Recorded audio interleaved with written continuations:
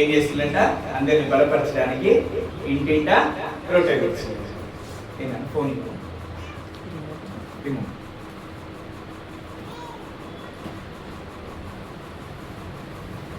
కానీ దేవుడు ఇప్పుడు మనకి ఏం చెప్తున్నాడంటే, ఫిబ్రవరికి రాసినటువంటి 10వ అధ్యాయంలో ఏం చెప్తున్నాడంటే, కొందరు మానకొలుచున్నట్లుగా సమాజంగా కూడట మానక అని చెప్పేసి ఇప్పుడు మనల్ని అంటున్నాడు. అప్పుడేమో ఇంటింట రొట్టె తెచ్చారు, మంచిదే అప్పుడు ఉన్నటువంటి ప్రారంభ దశలో. ఇప్పుడేముంటున్నాడు, కొందరు మానకొలుచున్నట్లుగా మీరు మానక సమాజంగా కూడుకోవాలి అని చెప్పేసి అంటున్నాడు. అంటే ఏంటి, అందరం కూడా ఒక చోట మరి కూడుకోవాలి అనేటువంటి ఆజ్ఞను దేవుడు ఇస్తా ఉన్నాడు. ఏంటి ఇచ్చి మొట్టమొదటి ఆజ్ఞ ఏమైనది దేవుడిది, మొట్టమొదటి ఆజ్ఞ ఏమైనది దేవుడిది. రెండు ప్రాముఖ్యమైనటువంటి ఆజ్ఞలు ఉన్నాయి కదా. అందులో మొట్టమొదటి ఆజ్ఞ ఏంటి, నీ పూర్ణ హృదయంతో, నీ పూర్ణ ఆత్మతో, నీ పూర్ణ బలంతో దేవుడిని ప్రేమించాలి. రెండోది ఏంటది, నిన్ను మరి నీ పొరుగు అని ప్రేమించాలి. మొట్టమొదటి ఆజ్ఞను మనం చేయాలి అని చెప్పేసి అంటే ఏం చేయాలి, ఆదివారం ఆరాధనకి మంచి అంటే క్రీడక అంటే ఇక్కడ వాక్య సందేశంలో ఇక్కడ వెళ్ళట్లేదు. యోనాను మీకు ఎన్ని కిలోమీటర్లు ఇక్కడ నుంచి? 23 కిలోమీటర్ల దూరం. మనకి ఎన్ని కిలోమీటర్లు? 21 కిలోమీటర్స్. ఇంకెవరు? కళ్యాణ్ 16 కిలోమీటర్లు. మంచిది. అంటే ఇంత దూరం నుంచి కూడా ఇంకా 2-3 వచ్చే వాళ్ళు ఉన్నారు. అంతే దూరం నుంచి మంచిది. ఇంత దూరాల నుంచి కూడా ఎండను లక్ష్య చేయకుండా వస్తున్నటువంటి, అంటే దూరాల నుంచే వస్తున్నారని కాదు, దగ్గర నుంచి వచ్చినటువంటి వారందరూ కూడా మరి ఒకసారి తీసుకెళ్ళి వందనాలు చెల్లిస్తూ చిన్న ప్రార్థన చేసుకుని వాక్యానికి వెళ్దాం. ప్రార్థన. మహాపరిశుద్ధుడైన తండ్రి, ప్రేమానమ్మకం కలిగిన మా దేవానికి స్తోత్రం చెల్లిస్తున్నాం. ఆయన కృపైనటువంటి మందు మిమ్మల్ని ఆత్మతో సత్యంతో ఆరాధించేటువంటి మహాకృపను మా అందరికీ మీకు స్తోత్రం చెల్లిస్తున్నాను. దయచేసి ఆయన పాడినటువంటి పాట ద్వారా మీరు మైండ్ కొద్ది సమయం మాట్లాడి లేఖనాలను ధ్యానించి సిద్ధపడుతుండగా మా యొక్క ప్రతి హృదయ ఆలోచనను కేవలము మీ వైపు సహాయం దయచేయమని వేడుకోవచ్చు. అయ్యా, వాక్యము వినడగా వినగలిగినటువంటి చెవిని, భద్రపరచినటువంటి హృదయాన్ని, నెమరవేసినటువంటి మనస్సాక్షిని, కైకొనేటువంటి జీవితాలను నాకు మా అందరినీ ప్రసాదించమని వేడుకోవచ్చు. మాట్లాడుతున్నది నేను కాదు కానీ తండ్రి, మీ యొక్క నోటికి పూరగా వాడుకొని అమూల్యమైనటువంటి మీ యొక్క సంగతులను మాకు ఏర్పరచమని వేడుకోవచ్చు. బోధించటకు మీ యొక్క ఉపకారాత్మక సహాయంను నాకు మెండుగా ప్రసాదించమని వేడుకోవచ్చు. రావాల్సినటువంటి ప్రియులు ఉన్నారు నాయన, నిజంగా ఆశపడినటువంటి వారందరికీ కూడా మీ యొక్క సన్నిధానం వాక్యము ప్రసాదించి సమస్త మహిమ ఘనత ప్రభావాలు పొందమని ప్రభువైన క్రీస్తు వారి పరిశుద్ధ నామమున ప్రార్థించి వేడుకొచ్చున్నాం తండ్రి. ఆమేన్. ఈరోజు ఇప్పుడు చాలా రోజుల క్రితము నేను ఎక్కడో విన్నటువంటి అంశం ఏంటి, ఏదో తవ్వకాల్లో బయటపడతాయి అంటారు కదా, తవ్వకాల్లో కొన్ని బయటపడతాయి కదా, అటువంటి ఒక అంశం, చిన్న అంశమే ధ్యానించుకోవడానికి ప్రయత్నం చేద్దాం. దయ్యం. ఏంటది? దయ్యం. ఏంటన్నా అంశము? దయ్యం. అంశమే దయ్యం. దయ్యము ఎంతమందికి తెలుసు? ఏనన్నా దయ్యాలు ఇక్కడి నుంచి సేవకులు మరి సహచరులందరూ చేతులు వేసుకుంటారు. దయ్యాలు ఎంతమందికి తెలుస్తున్నారు? తెలుసు, చాలా మందికి దయ్యాలు తెలుసు. అయితే చనిపోయినటువంటి వాళ్ళు దయ్యాలు అవుతారా కాదా? క్వశ్చన్, మీ అందరికీ ఒక ప్రశ్న. చనిపోయినటువంటి వాళ్ళు దయ్యాలు అవుతారా?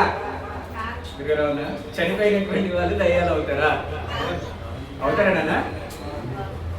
కారు. ఎవరు చేయట్లేరంటే అవుతారని అర్థం ఉన్నట్టు. కారు. ఒకసారి కారు. ప్రసంగి గ్రంథం 9వ అధ్యాయం. ప్రసంగి గ్రంథం 9వ అధ్యాయం 5-6 వచనాలు చదువుతాం.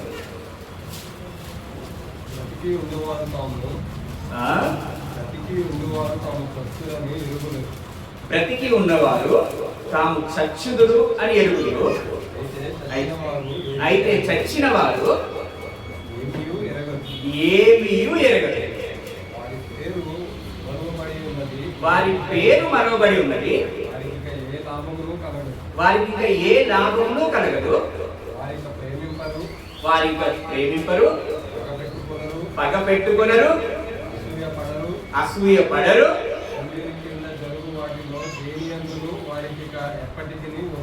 అసలు ఎప్పటికీ వంతులేదు. దీన్ని బట్టి మనకి ఏమర్థమవుతుంది? చనిపోయినటువంటి వారు దయ్యాలు అవుతారు కారు అనేటువంటిది స్పష్టమవుతుంది. మంచి చనిపోయినటువంటి వారు దయ్యాలు ఈ సినిమాలలో మనం చూస్తూ ఉంటాం. సినిమాలు చూస్తాం కదా, సినిమాలలో చూపెడతా ఉంటారు. ఎవరు? చనిపోయినటువంటి వారు ఏమవుతారంట, వాళ్ళకి ఏమైనా కోరికలు ఉంటే, వారికి ఎవరి మీద పగు ఉంటే వారు దయ్యాలై వచ్చేసి ఒకరిలో దూరిపోతాయంట. ఒకరిలో దూరిపోయి వాళ్ళ కోరికలు కానీ వాళ్ళ పగ ప్రతీకారాలు కానీ తీర్చుకుంటా ఉంటారు అనేటువంటిది మనం సినిమాల్లో చూస్తూ ఉంటాం. కానీ లేఖనం ఏం చెప్తుంది? చనిపోయినటువంటి వారు దయ్యాలు అవ్వరు, ఇంకా వారి పేరు మరవబడుతుంది. వారికి ప్రేమ ఉండదు, పగ ఉండదు, అసూయ ఉండదు, ఏమీ ఉండదు. అంటే వాళ్ళు ఎక్కడికి వెళ్ళిపోతారు నాన్న? ఈ అంశం విన్నామన్న. ఎక్కడికి వెళ్తారు చనిపోయినటువంటి వారు? రెప్పపాటులో ఎక్కడికి వెళ్తారు నాన్న? చనిపోయినటువంటి వారు ఇప్పుడు శ్రీధర్ ఉన్న పరంగా ఇప్పుడు చనిపోతే రెప్పపాటులో ఎక్కడికి వెళ్తాడు? ఎక్కడికి నాన్న? పాతాళం. ఎక్కడికి వెళ్తాము? పాతాళంలోకి వెళ్తాం. ఎక్కడికి వెళ్తాను నన్ను అందరూ చెప్పాలి. చనిపోగానే ఇప్పుడు శ్రీధర్ ఉన్న పాటు చనిపోగానే ఎక్కడికి వెళ్తాడు? పాతాళం. ఇట్లా ఐ బ్లింక్ ఇట్లా కొట్టే లోపలనే నా ఆత్మ ఎక్కడికి వెళ్ళిపోతుంది? ఇప్పుడు పాతాళంలోనికి వెళ్ళిపోతుంది. మంచిది. అయితే తిమోతికి రాసినటువంటి మొదటి పత్రికలోకి వెళ్దాం. తిమోతికి రాసినటువంటి క్షమించండి, ఎఫెసీ పత్రికలోకి వెళ్దాం. ఎఫెసీ పత్రిక 6వ అధ్యాయం. ఎఫెసీ పత్రిక 6వ అధ్యాయం 12వ వచనాన్ని చూద్దాం. ఎఫెసీ పత్రిక 7 మనము పోరాడునది శరీరులతో కాదు గాని, మనము పోరాడునది శరీరులతో కాదు గాని ప్రధానులతోనూ అధికారులతోనూ ప్రస్తుత అంధకార సంబంధులకు లోకనాథులతోనూ ఆకాశ మండలమందున్న దురాత్మల సమూహముతోనూ మనము పోరాడుతున్నాం. అంటే దురాత్మల సమూహం అయితే ఉంది, ఆకాశ మండలమందు ఉన్నటువంటి దురాత్మల సమూహముతో మనము పోరాడుతున్నాం.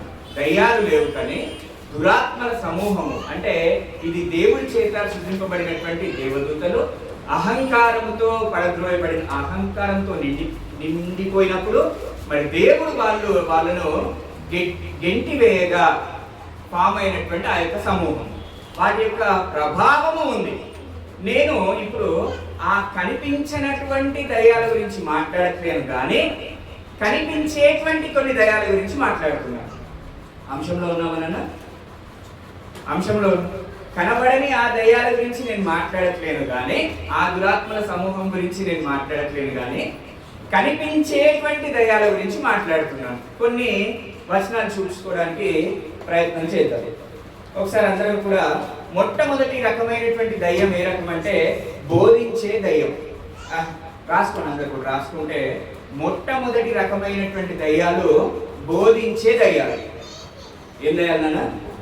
బోధించే దయ్యాలు. ఒకసారి అందరం కూడా తిమోతికి రాసినటువంటి మొదటి పత్రిక 4వ అధ్యాయంలోకి వెళ్దాం. తిమోతికి రాసినటువంటి మొదటి పత్రిక 4వ అధ్యాయం మొదటి వచనాన్ని చూద్దాం. మొదటి వచనం నుంచి కొన్ని వచనాలు కిందికి చూస్తాం. అయితే కడవరి దినములలో కొందరు అబద్ధికులు వేషధారుల వలన మోసపరచు ఆత్మలయందును అదిగో దయ్యముల బోధయందు అంటే బోధించే దయ్యాలు. దయ్యముల బోధయందును లక్ష్యముంచి విశ్వాస భ్రష్టులగుదురని ఆత్మ తేటగా చెప్పుచున్నది. ఆ అబద్ధికులు వాతవేయబడిన మనస్సాక్షి గలవారై వివాహము నిషేధించుచు సత్య విషయమై అనుభవ జ్ఞానము గల విశ్వాసులు చెల్లించి నిమిత్తము దేవుడు సృజించిన ఆహార వస్తువులను కొన్ని తినవద్దని మానవులనని చెప్పుదురు. చూడండి, ఇక్కడ బోధించే దయ్యాల గురించి మనం నేర్చుకుంటున్నాం. మొట్టమొదటి రకాలైనటువంటి దయ్యము బోధించేటువంటి దయ్యం. వీళ్ళు ఏం చేస్తున్నారంట వాత వేయబడినటువంటి మనస్సాక్షి గలవారై, భ్రష్ట ఆత్మలు కలిగినటువంటి వారై వివాహం చేసుకోవద్దు అని చెప్పేసి చెప్తున్నారంట. అంటే వాక్యానికి విరుద్ధంగా వారు మాట్లాడేటువంటి బోధలు చేస్తున్నారు అని అర్థం. వాక్యానికి విరుద్ధమైనటువంటి బోధలు చేసేటువంటి దయ్యాలు వీళ్ళు. వివాహము చేసుకున్న, క్లియర్గా రాసిన అక్కడ, వివాహము చేసుకొనకూడదు అని చెప్పేటువంటి వారు వీళ్ళు. దేవుడేమో వివాహము అన్ని విషయాల్లోకెల్లా ఘనమైనది అని చెప్తూ ఆది అందే దేవుడు వివాహ వ్యవస్థను ఏర్పాటు చేస్తే, ఈ బోధించే దయ్యాలు ఏం చెప్తున్నాయంట, వివాహము చేసుకొనకూడదు అని చెప్పేసి బోధించే దయ్యాలు. అంటే వాక్యాన్ని కలిపి చెరిపేటువంటి దయ్యాలు అని అంటారు. ప్రియులారా, నాన్న వింటున్నారా? అమ్మా వింటున్నారా? ఎటువంటి దయ్యాలు? ఫస్ట్ దయ్యం మనం ఏం మాట్లాడుకుంటున్నాము, బోధించేటువంటి దయ్యాలు. అంటే వాక్యాన్ని కలిపి చెరిపి చెప్పేటువంటి దయ్యాలు ఈ యొక్క దయ్యాలు. ఆది కాండంలో మనం చూస్తాం 3వ అధ్యాయంలో కదా, అక్కడ వచ్చినటువంటి సాతాను ఏం చేసిందానా అవ్వతోటి, అవునా ఇది నిజమా అని చెప్పేసి, మీరు చావనే చావరా, దేవుడు ఇవి తినకూడదని చెప్పేసి చెప్పాడా అని చెప్పేసి అడిగిండు. నిజమే అంటే ఏం చేస్తున్నాడు, కొన్ని దేవుడు చెప్పినటువంటి మాటలు మాట్లాడుతున్నాడు, కొన్ని ఏమో తన ఇష్టమైనవి కలుపుతా ఉన్నాడు.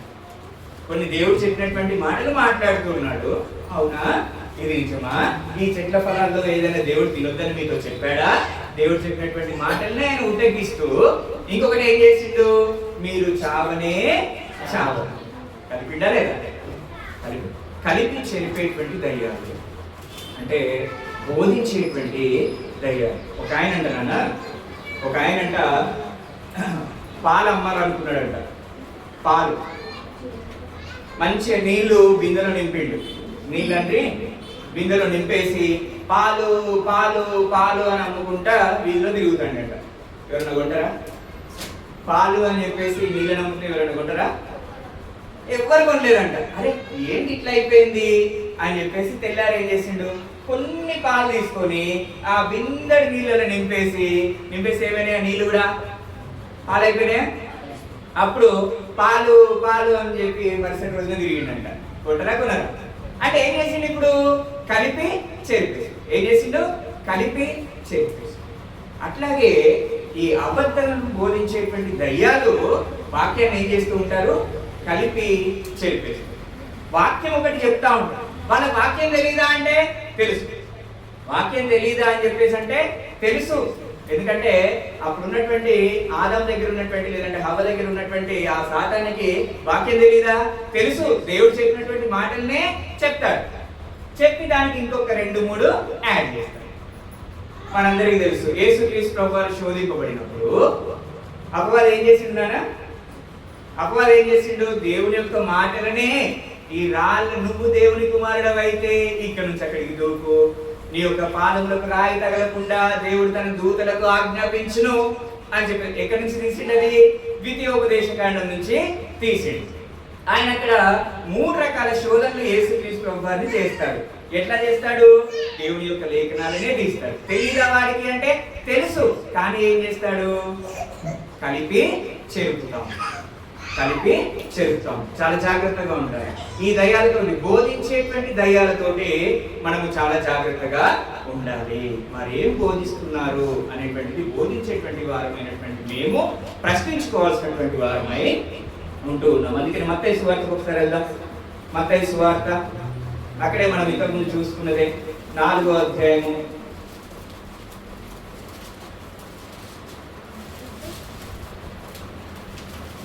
3వ వచనము 6వ వచనం ఇవన్నీ మనం చూసినట్లయితే అపవాదికి అక్కడ మనకు వాక్యం తెలిసినట్టుగా మనం గమనిస్తూ ఉంటాం. చదువులను అక్కడ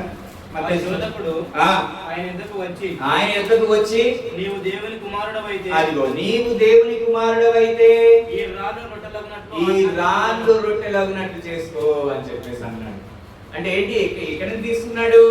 మనుషుడు రొట్టె వలన మాత్రం కాదు గాని దేవుని నోట నుంచి వచ్చు ప్రతి మాట వలన జీవించును. అంటే ఇప్పుడు అపవాదికి లేదంటే ఈ దయ్యానికి వాక్యం తెలుసు అంటారా తెలియదంటారా? తెలుసు. కానీ ఏం చేస్తున్నాడు? కలిపి చెరిపేస్తున్నాడు. జాగ్రత్తగా గమనించాల్సినటువంటి వారమై ఉంటున్నాం. అందుకనే యోహాను సువార్త 8వ అధ్యాయంలో 44వ వచనంలో మనం చూసినట్లయితే యోహాను సువార్త 8వ అధ్యాయం తండ్రి యొక్క అపవాది సంబంధులు ఈ తండ్రి దురాశలు నెరవేర్చుకోనున్నారు. ఆది నుండి వాడు నరహంతకుడై ఉండి సత్యమందు నిలిచిన వాడు కాడు. వాడి యందు సత్యము లేదు. వాడు అబద్ధమాడునప్పుడు తన స్వభావం అనుసరించి మాట్లాడు. వాడు అబద్ధములను అబద్ధములకు ఇదిగో వీళ్ళందరూ కూడా ఈ దయ్యాలు, ఈ బోధించేటువంటి దయ్యాలందరూ కూడా ఇదిగో ఈ కోవకు చెందినటువంటి వారు. యోహాను సువార్త 8వ అధ్యాయము 40 అబద్ధమునకు జనకుడు వాడి సంగతులను చెప్తా ఉంటారు కానీ దేవుని యొక్క సంగతులను చెప్పరు అనేటువంటి విషయాన్ని మనం గమనించాలి. యేసుక్రీస్తు ప్రభువు వారు ఏమంటారు తెలుసా? నేను చెప్పుచున్నటువంటి మాటలు నాయి కాదు, ఎవరి అంట? తండ్రి అయినటువంటి దేవుని మాటలే నేను చెప్తున్నాను, నా సొంతంగా నేను ఏం చెప్పట్లేను అని చెప్పేసి అంటాడు. ఆ తర్వాత నేను తండ్రి దగ్గర నుంచి పొందుకున్నటువంటి దాన్ని ఇప్పుడు ఆయన ప్లేస్ లో ఎవరు వచ్చారు? పరిశుద్ధాత్ముడు వచ్చాడు. పరిశుద్ధాత్ముడు ఏం చేస్తున్నాడు? యేసుక్రీస్తు ప్రభువారు చెప్పినటువంటి సంగతులనే గుర్తు చేస్తున్నాడు. అక్కడి నుంచి ఆ బోధ ఎక్కడికి వచ్చింది? అపోస్తలుల దగ్గరికి వచ్చింది. అక్కడి నుంచి ఎవరి దగ్గరికి వచ్చింది? మన దగ్గరికి వచ్చింది. దేవుడి దగ్గర నుంచి వచ్చినటువంటి బోధ క్రీస్తు ప్రభువారి దగ్గర నుంచి పరిశుద్ధాత్ముడు, అక్కడి నుంచి అపోస్తలులు, అక్కడి నుంచి మనకు వచ్చినటువంటి బోధ. ఈ బోధను పక్కన పెట్టి, అపోస్తలుల బోధన పక్కన పెట్టి వారి యొక్క సొంత బోధను బోధించేటువంటి వారు బోధించే దయ్యాలు అని అర్థమవుతుందా? మొట్టమొదటి రకమైనటువంటి దయ్యం ఏంటన్నా? బోధించేటువంటి దయ్యం. మన మధ్యలో ఉన్నాయా లేవా? ఈ కాలంలో మనం చాలా మందిని చూస్తాం. ఎటువంటి అంటే యేసుక్రీస్తు ప్రభువారు జనరల్గా లేదంటే అపోస్తలుల అద్భుత కార్యాలు సూచక్రియలు చేసినప్పుడు కూడా ఎవరైనా కింద పడిపోతే లేపారే తప్ప టచ్ అని చెప్పి పడేసిల్లా ఎవరినైనా పడేసిల్లా పెట్టారు. గ్రంథంలో ఎవరినైనా పడేయలేదు. పడ్డవారిని లేపిండు. పక్షవాయువు కలిగినటువంటి వాడిని లేపిండు దేవుడు. సమాధిలో ఉన్నటువంటి వాడిని లేపిండు దేవుడు. అంతేగాని నువ్వు పడిపో అని చెప్పేసి దేవుడు ఎక్కడ చెప్పాడు. కానీ ఇప్పుడు మనం చూస్తున్నాము దయ్యాలను చూస్తున్నాము. ఏం చూస్తున్నాము? టచ్ అనగానే పడిపోయాడు. దయ్యమా? బోధించే దయ్యాలున్నాయి జాగ్రత్త. బోధించేటువంటి దయ్యాలున్నాయి జాగ్రత్త. కలిపి చెప్పేటువంటి వారు ఉన్నారు జాగ్రత్త. దేవుడు ఒకవైపు భాషలైనా నిలిచిపోవును అని చెప్పేసి అంటాడు కొరింథీయులకు రాసినటువంటి పత్రికలో. ఏమంటాడు? భాషలు నిలిచిపోవును అని చెప్పేసి అంటాడు. కానీ ఇప్పుడు ఇంకా శరబాబా రీబాబా అని చెప్పేసి భాషలు మాట్లాడతారు. బోధించే దయ్యాలు ఉన్నాయి జాగ్రత్త. ఒకటో రకమైనటువంటి దయ్యాలు ఏం చేస్తున్నాం? బోధించేటువంటి. రెండో దయ్యానికి వెళ్దాం. ఇవన్నీ మనం కనిపించే దయ్యాలు. నేను ముందుగా చెప్పినట్లుగా కనబడని దయ్యాల గురించి నేను మాట్లాడట్లేను, కనబడేటువంటి దయ్యాల గురించి మాత్రమే మాట్లాడుతున్నాను. బోధించే దయ్యాలను మనం చూస్తున్నామా లేదా ఈ మధ్య కాలంలో?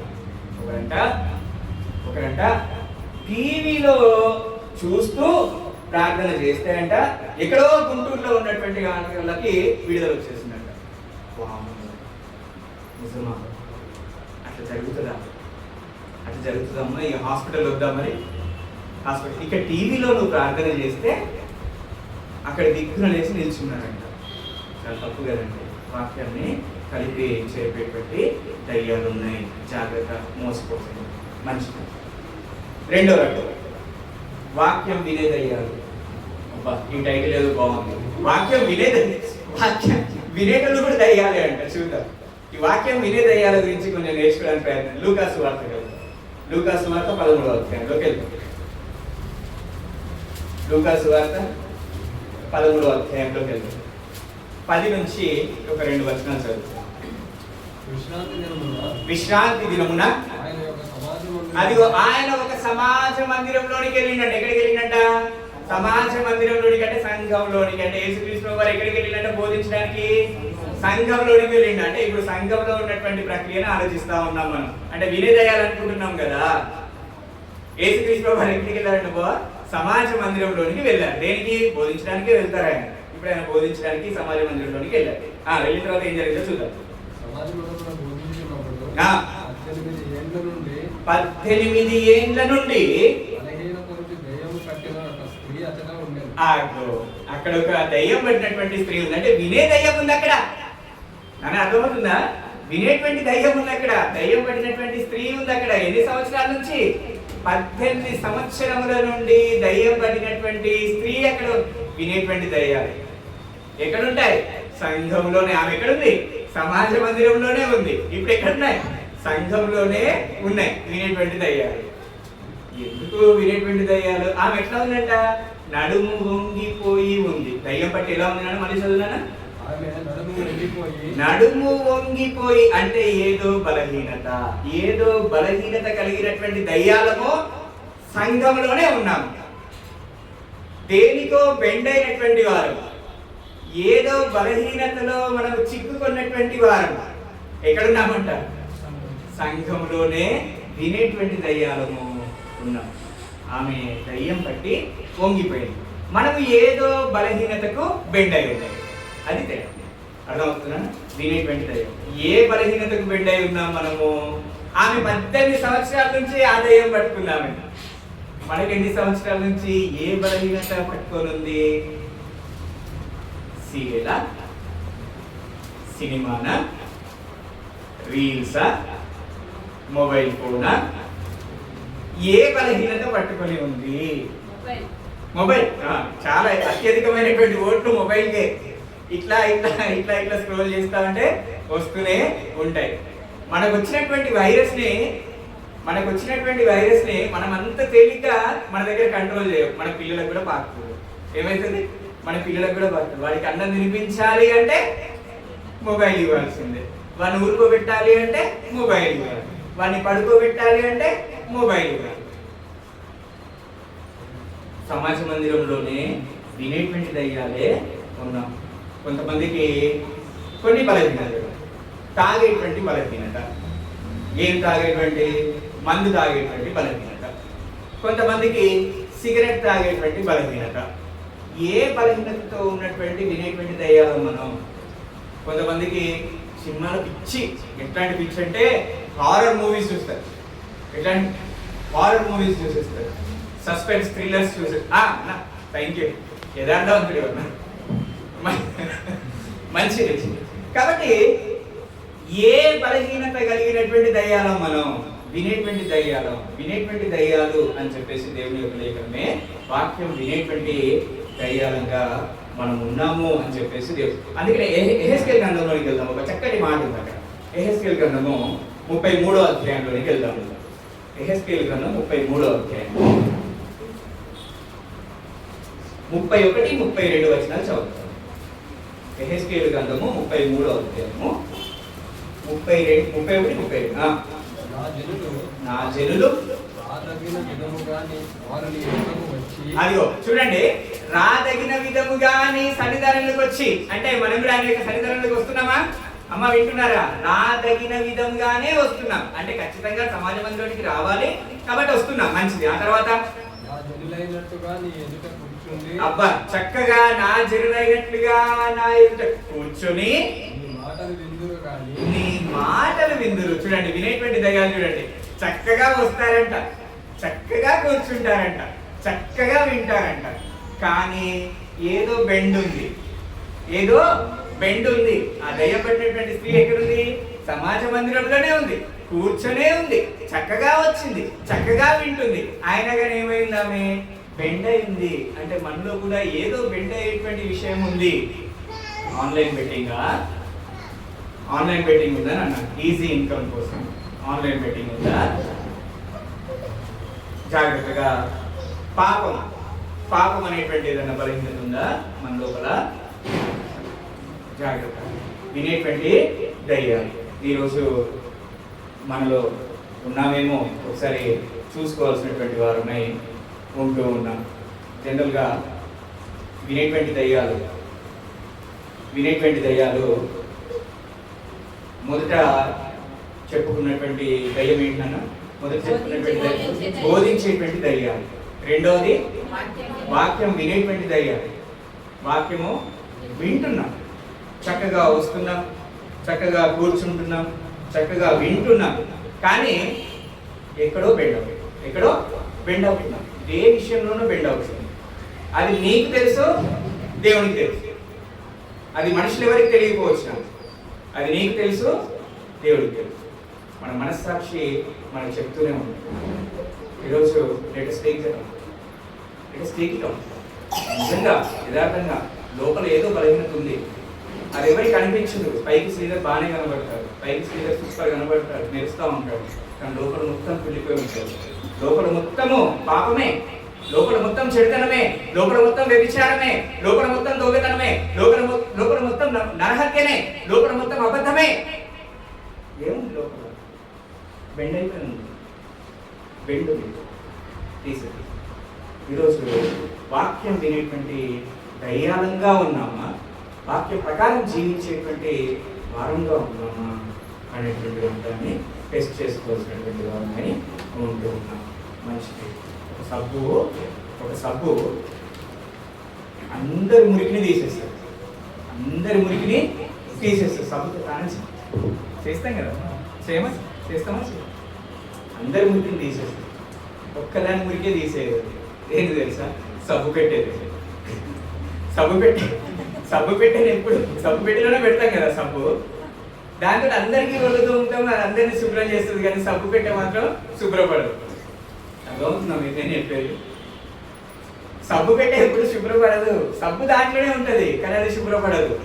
అట్లాగే నేను చెప్తున్నానేమో, నేను శుభ్రపడట్లేను, నా కుటుంబాన్ని నేను శుభ్రపరచుకోవట్లేను. అందరికి చెప్తున్నా, అర్థమవుతున్నా, అందరికీ తోముతున్నా, కానీ నా కుటుంబానికి నేను చెప్పుకోలేకపోతున్నా. ఎంత బాధ. కాబట్టి వినేటువంటి దయ్యం. మూడో రకమైనటువంటి దయ్యానికి వెళ్తాం. లోబడని దయ్యాలు. ఎవరు వీళ్ళు? లోబడని దయ్యాలు. నేనే మామూలు ఇవ్వట్లే, టైటిల్ ఉంది, వాక్యంలో ఉన్నటువంటి టైటిల్ వేస్తుంది. మంచి యాకోబు పత్రిక 2వ అధ్యాయం, 19వ వచనానికి. దేవుడు ఒక్కడే అని నీవు నమ్ముచున్నావు, అలాగూ నమ్ముట మంచిదే. దయ్యములు కూడా నమ్ముతున్నాయి, వణుకుచున్నాయి. దయ్యములు కూడా ఏం చేస్తున్నాయంట? నమ్ముచున్నాయి, వణుకుచున్నాయి, కానీ అవి లోబడలేదు. విషయం అది. నమ్ముతున్నాయి, అమ్మో దేవుడా అని చెప్పేసి నమ్ముతున్నాయి, భయపడుతున్నాయి కూడా, వణికిపోతున్నాయి, కానీ లోబడలేదు.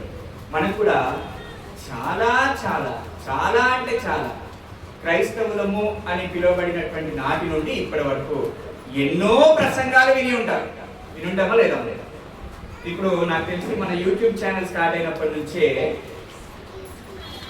76 ప్రసంగాలు మన ఛానల్లో ఉన్నాయి. ఎన్ని? 76 ప్రసంగాలు. ఏది ఇప్పుడు కౌంట్ చేసుకుంటేనే గత 6 సంవత్సరాలుగా ఇంకా ఎన్ని మనం ప్రసంగాలు విన్నాము, లేదంటే బాప్తిసం పొందినప్పటి నుంచి ఎన్ని ప్రసంగాలు విన్నాము, వాళ్ళవి వీళ్ళవి అక్కడ ఇక్కడ ఎక్కడికి వెళ్తే అక్కడ ప్రసంగాలు విన్నామా లేదా? దయ్యములు కూడా నమ్ముచున్నవి, భయపడుచున్నవి, కానీ లోబడని దయ్యాలు. మనం ఎన్ని ప్రసంగాలు విన్నా కానీ దేవుని యొక్క వాక్యానికి లోబడట్లేదేమో, లోబడిన దయ్యాలుగా మనం ఉన్నామేమో జాగ్రత్తగా చూసుకోవాలి. చాలాసార్లు డాక్ట్రినల్ సబ్జెక్ట్ చెప్పినప్పుడు, సిద్ధాంతపరమైనటువంటి విషయాలను మనం చెప్పినప్పుడు అందరూ వింటారు. అంటే సపోజ్ ఇప్పుడు క్రీస్తు సంఘం గురించి మాట్లాడుకున్నట్లయితే సంఘం ఒకటే అనేటువంటి దాన్ని బలంగా చెప్తాం. ఎందుకంటే దేవుని యొక్క లేఖనం అట్టి విధంగా ఉంది కాబట్టి, నా స్వరక్తం నుంచి సంపాదించిన నా సంఘము అని చెప్పేసి క్రీస్తు ప్రభువు క్రీడగా చెప్పారు కాబట్టి ఆ సంఘము క్రీస్తుదే. ఇక దాని గురించి మనం చాలా ఉపన్యాసాలు చేసుకున్నాం, వింటారు. తర్వాత వాయిద్యములు వాయించకూడదు అనేటువంటి సిద్ధాంతపరమైనటువంటి సంగతులను మనం చెప్తాం, వింటారు. ఆ తర్వాత స్వస్థతలు, అద్భుతములు, సూచక్రియలు ఇవన్నిటిపైన మన మనస్సును పెట్టద్దు. అవన్నీ కూడా వాక్యము స్థిరపరచబడింది కాబట్టి అవన్నిటి మీద మన మనస్సును ఉంచకూడదు అనేటువంటి విషయాన్ని మనం చెప్తాం. అటు విధంగా ఇటువంటి సిద్ధాంతపరమైనటువంటి స్త్రీలు సంఘంలో ఎలా ఉండాలి అనేటువంటి బోధన మనము చేస్తాం. సిద్ధాంతపరమైనటువంటి సంగతులను చెప్పినప్పుడు వింటారు, కానీ లోబడకుండా ఉంటారు. ఆ సత్యానికి ఏమంటున్నా, లోబడకుండా ఉంటారు. ఇది లోబడినటువంటి దయ్యాలు. ఫర్ ఎగ్జాంపుల్ మనకు ఒక పద్యం తెలుసు మనందరికి. ఏం పద్యం అది? ఇతరులను ఒప్పించక తానొవ్వక తప్పించుకు తిరుగువాడు ధన్యుడు సుమతి. ఇతరులను ఒప్పించక తానొవ్వక తప్పించుకు తిరుగువాడు ధన్యుడు సుమతి. ఏంటంటే దీని భావం తెలుసు అందరికి? ఆయన నొచ్చుకోవద్దు, వేరే వాళ్ళను నొప్పించు. మనం నొచ్చుకోవద్దంట, వేరే వాళ్ళను నొప్పించు. అలా తను నొప్పించుకోకుండా, వేరే వాళ్ళని నొప్పించకుండా తప్పించుకుంటూ తిరుగుతూ ఉంటారు. లోబడనులని ధైర్యం. ఒక సినిమా టైటిల్ బాగా గుర్తుకొస్తుంది, సర్దుకుపోదాం రా. ఏంటది? సర్దుకుపోదాం రా అంటే ఏదైనా సరే అనేటువంటి స్వభావం కలిగినటువంటి వాళ్ళు లోబడినటువంటి దయ్యాలు. ఇప్పుడు ఇస్కరియోతు యూదా ఉన్నాడా?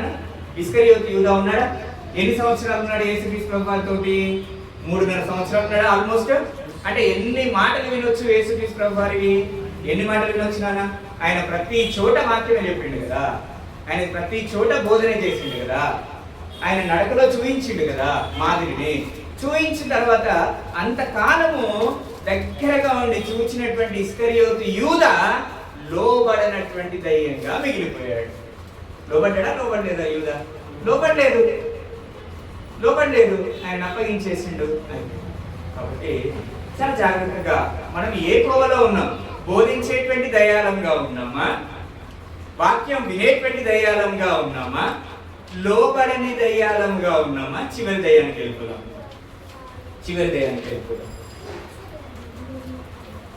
సత్యమును తెలిసినటువంటి దయ్యాలు 4వ రకమైనటువంటి దయ్యాలు, లేదంటే నిజ దైవజనులను ఎరిగినటువంటి దయ్యాలు. ఈ దయ్యాల గురించి మనం చూడాలంటే అపోస్తల కార్యంలోనికి వెళ్దాం ఒకసారి. అపోస్తల కార్యం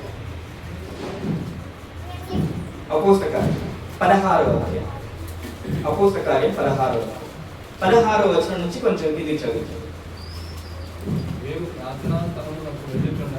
నేను ప్రార్థనా స్థలమునకు వెళ్ళుచుండగా ఇదిగో ఇక్కడ ఒక దయ్యం ఉంది చూడండి. పూతోను అనేటువంటి దయ్యం పట్టినదై సోది చెప్పుట చేత బహులాభము సంపాదించుచున్నదని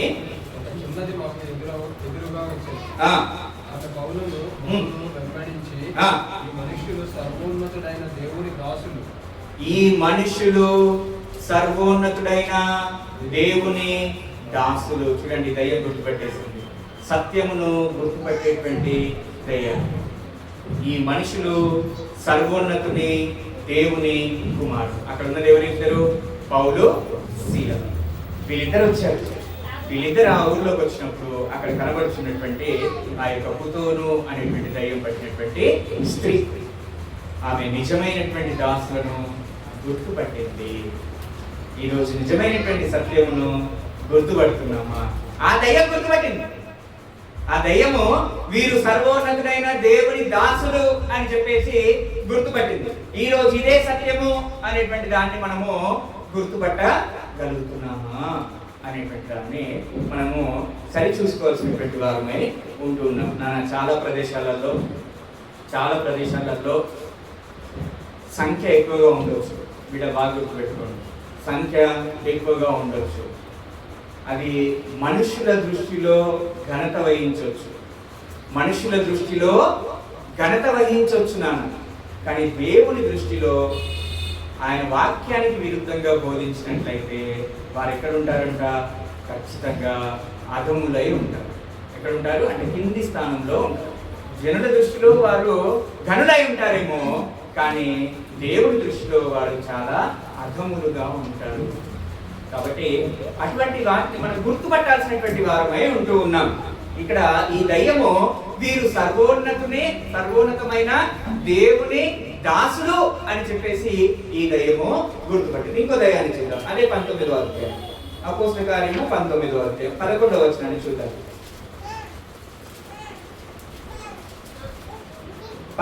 19వ అధ్యాయం 11 నుంచి కొన్ని వచనాలు. మరియు దేవుడు పౌలు చేత విశేషమైన అద్భుతములను చేయించాడు. తన శరీరములకు తగిలిన చేతి గుడ్డలనైనను మరికట్లైనను తెచ్చినప్పుడు రోగములు వారిని విడిచాడు. దెయ్యములు కూడా వదిలిపోయాయి.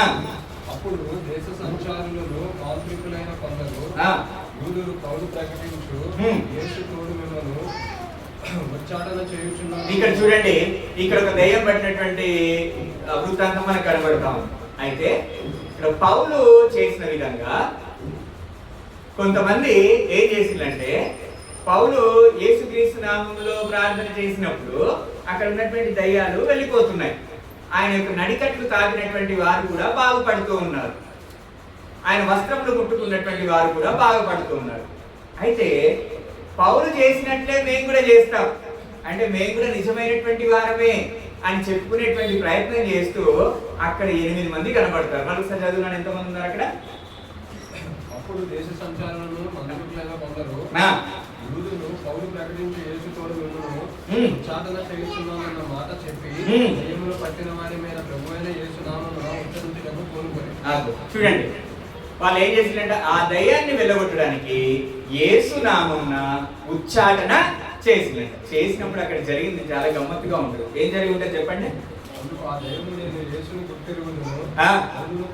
ఇదిగో నేను యేసు తెలుసు, నాకు పౌలు కూడా తెలుసు. అంటే నిజం తెలిసినటువంటి దయ్యాలు. వీళ్ళు ఏ దయ్యాలనా? నిజము తెలిసినటువంటి దయ్యాలు, సత్యమును ఎరిగినటువంటి దయ్యాలు వీళ్ళు. నాకు యేసు తెలుసు, పౌలు తెలుసు, కానీ మీరెవరో నాకు తెలియదు అని చెప్పేసి వాళ్ళ మీద పడితే వాళ్ళు దిగంబరులై వెళ్ళిపోయారంట. ఎలా? దిగంబరులై పారిపోయినట్టుగా మనం చూస్తాం. అంటే ఇద్దరి మీద పడ్డప్పుడు వాళ్ళిద్దరు కూడా భయం చేత దిగంబరులై పారిపోయినట్టుగా, అంటే నిజాన్ని తెలుసుకున్నటువంటి దయ్యములు వీరు. అదేవిధంగా మార్కు సువార్త 5వ అధ్యాయం, మార్కు సువార్త 5వ అధ్యాయం.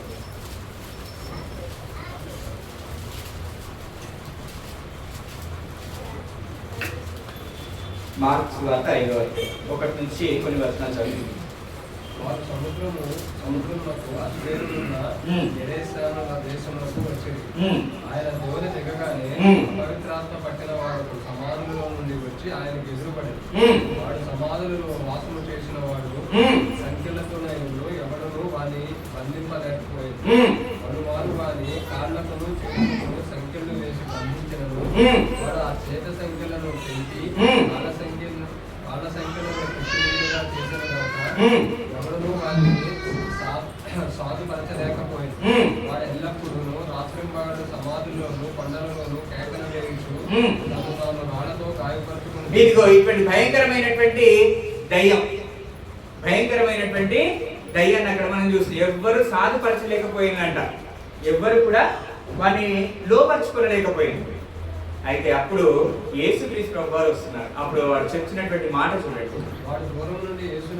వాడు దూరం నుండి యేసుని చూచి పరిగెత్తుకొని వచ్చి ఆయనకు నమస్కారం చేసి, యేసు సర్వోన్నతుడైన దేవుని కుమారుడా, మాతో నీకేమి అని చెప్పేసి అంటూ ఉంటాడు. అంటే ప్రియులారా, ఇక్కడ మనము గమనించాల్సినటువంటి విషయం ఏంటంటే, ఆయన ఈ యొక్క దయ్యము కూడా యేసుక్రీస్తు ప్రభువుని గుర్తుపట్టినటువంటి దయ్యము. అంటే సత్యాన్ని గుర్తుపట్టినటువంటి దయ్యము, సత్యమును ఎరిగినటువంటి దయ్యము. మొట్టమొదటి దయ్యము బోధించేటువంటి దయ్యము, రెండవ దయ్యము వాక్యం వినేటువంటి దయ్యము, మూడవ దయ్యము లోబడనొల్లని దయ్యము, నాలుగవ దయ్యము సత్యమును ఎరిగినటువంటి దయ్యము. మనం ఏ దయ్యము? నేను ఏ దయ్యము అన్న, నేనే దయ్యము? మనం ఏ దయ్యం పోవాలో? సత్యమును ఎరిగినటువంటి దయ్యంగా ఉన్నామా, లోబడినటువంటి దయ్యంగా ఉన్నామా, ఖాళీ వినేటువంటి దయ్యాలుగా ఉన్నాం? ఏ దయ్యంగా? ఇంకా లోబడిన దయ్యంగా ఉంది. దేవుడికి మహిమ. యథార్థవంతులమే అందరం మంచిది. అయితే ఒకసారి అంటే ఒక ఎవరు సేవకుడు ఒక ఊరికి వెళ్ళిండంట. ఊరికి వెళ్ళి చాలా డబ్బులు ఖర్చు పెట్టి పరిచర్యలు స్టార్ట్ చేసినట్టు. చాలా డబ్బులు ఖర్చు పెట్టి పరిచర్యలు స్టార్ట్ చేస్తుంటే చాలా ఖర్చు పెడతా ఉంటాడు. సంవత్సరం అయిపోయింది, ఎవరు ఎక్కువ రావట్లేదు. ఆయన ఆశించింది రావట్లేదు. అట్లా అనడం బెస్ట్. ఆయన ఆశించింది రావట్లేదు. ఒకరితో అంటున్నటువంటి మాట, నేను ఇక్కడికి వచ్చి చాలా లాస్ అయిపోయింది. ఏమైపోయిందంట? లాస్ అయిపోయిందంట. అంటే ఆయన ఏం చేస్తున్నాడు అన్నట్టు? వ్యాపారమే. ఏం చేస్తున్నాడు? సేవ అంటే వ్యాపారంగా మలుచుకున్నటువంటి రోజులు. నన్ను బాగా గుర్తుపెట్టుకోవాలి. సేవ అంటే వ్యాపారంగా మార్చుకున్నటువంటి రోజు. ఆ రోజుల్లో ఉంది. జాగ్రత్తగా సత్యముని ఎరిగినటువంటి దయ్యాల్లాగా, ఒకవేళ ఇంతవరకు లోబడకపోతే లోబడేటువంటి దయ్యాల్లాగా మనము మారాల్సినటువంటి వారమై ఉన్నాం. అటు కృప దేవుడు మన దగ్గర అనుగ్రహించింది. ఆమేన్.